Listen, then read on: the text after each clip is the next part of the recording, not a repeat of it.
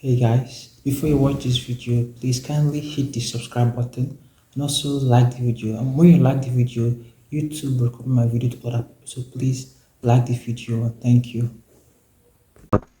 To today's video, we're talking about analog analog pins on Arduino. Basically, these pins here: A0, A1, A2, A3, A4, and A5. So unlike digital pins, they can take value from 0 to 1023 for Arduino.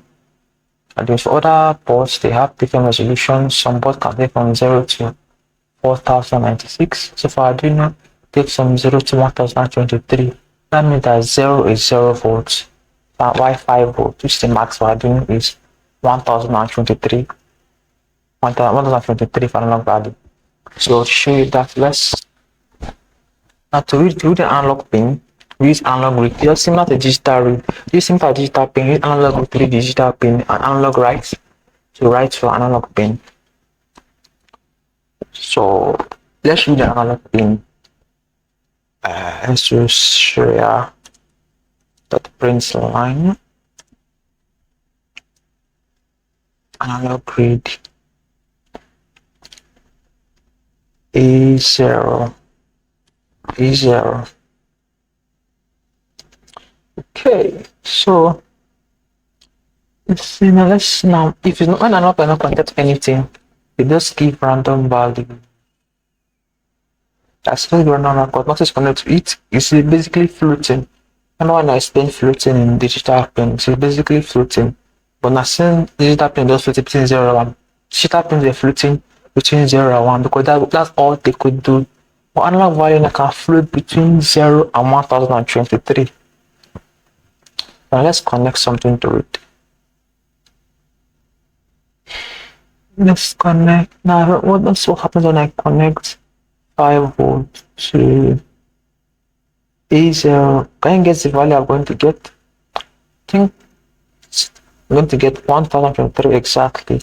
We'll get 1023 because I said as 5 volt is 1023 and at 0 volt to give us 5. So for to connect ground, to our digital pin, let's increase this ground. Where ground to our A0?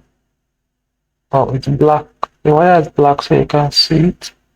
Just ground like this. Then to A0.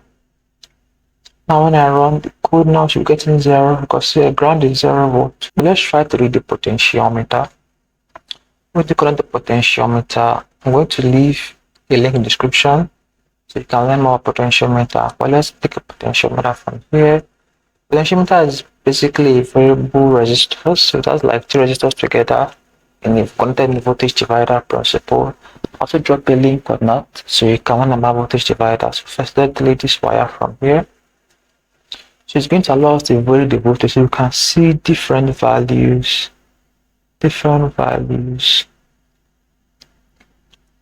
on our serial monitor. This is where the variable voltage comes out from. Put A0 and this is our VCC. We'll then go to 5 volts. So now when we run this, button 0 because it is at the lowest point. Now when I turn it, you can see the values are changing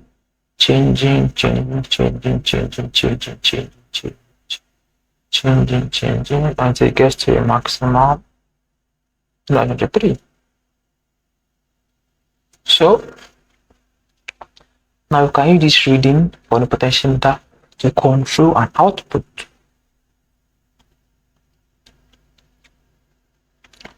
So there's a special feature of digital pin. Some digital pin has some special features to be controlled like like an analog output. So what I'm going to do now, these pins are called PWM pins, so they can vary the power that come out of them by varying their duty cycle.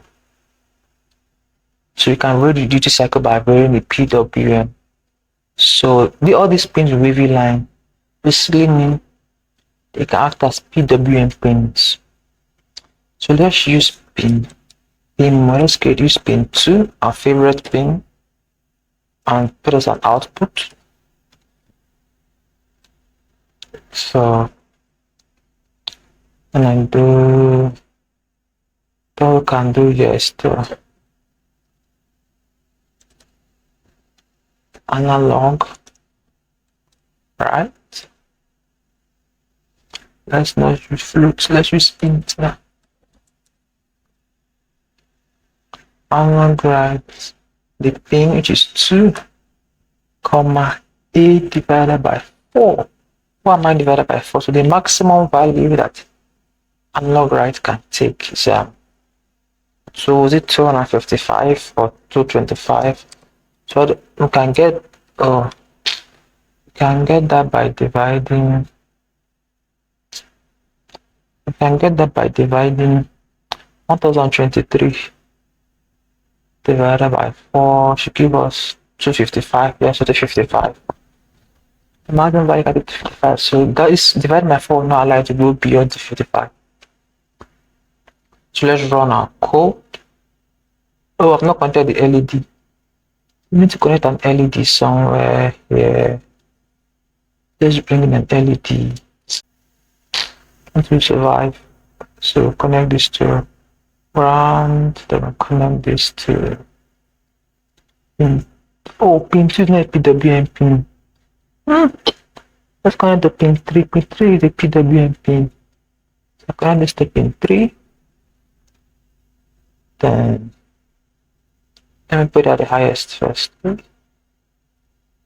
Okay, let's just run the code.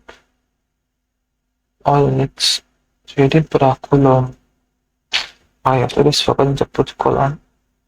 So let's run it. It does not come up. Let's change the pin to 3 there. Okay.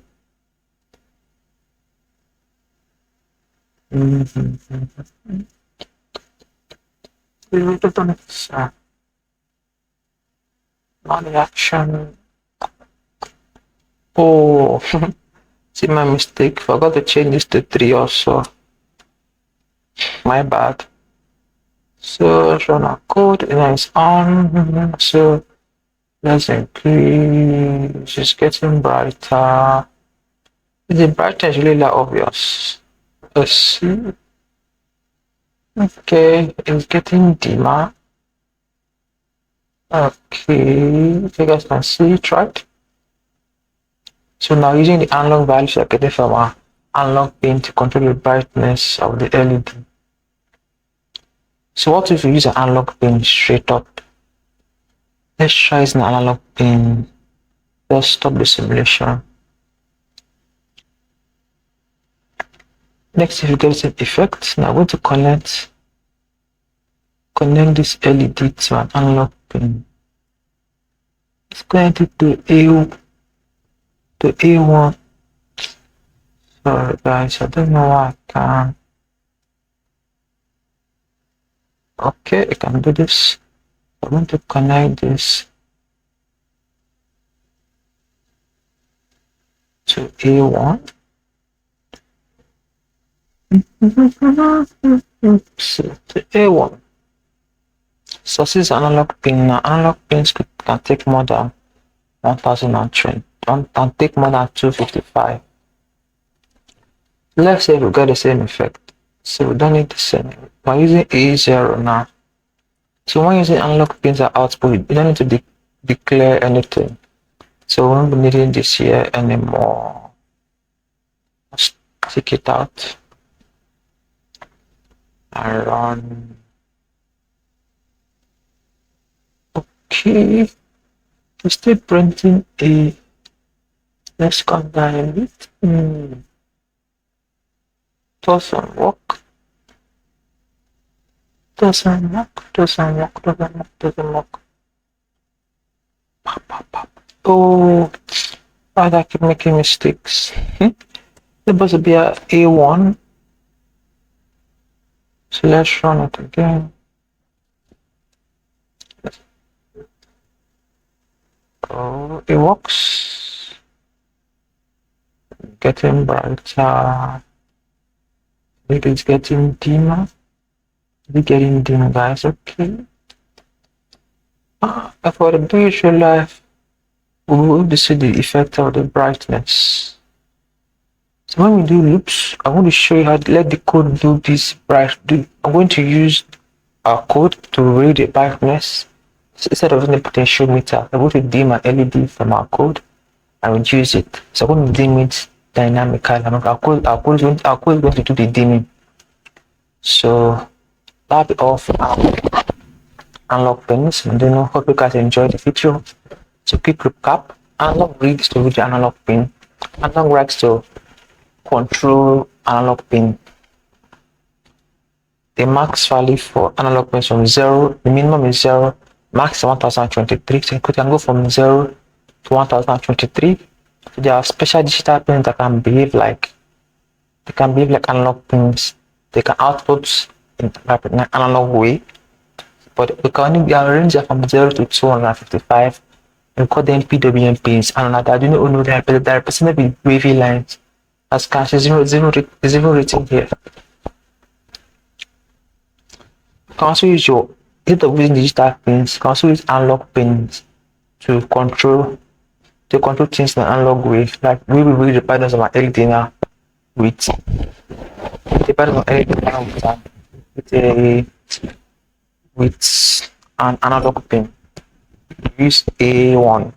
So when we use A1, we have to divide by 1023 because it's an analog pin, so it can take values from 0 to 1023. But if we're using a digital pin with the analog write function, we have to divide the analog read value from whatever, like from our potentiometer divided by 4, because the max for PWM pins is 255. So thank you guys, and see you in our next video. Hope you didn't forget to hit the subscribe button and the like button. Please hit the like button so that YouTube will recommend my videos to other people. So it works like this: when I have a lot of likes, then YouTube recommends my video to other people. And also when you hit the notification bell icon there, you will be reminded anytime I post a new video. So please remember to subscribe, hit the like button, also hit the notification bell. You can also share the videos to your friends who might be interested. Thank you, and I'll see you in my next video. Bye.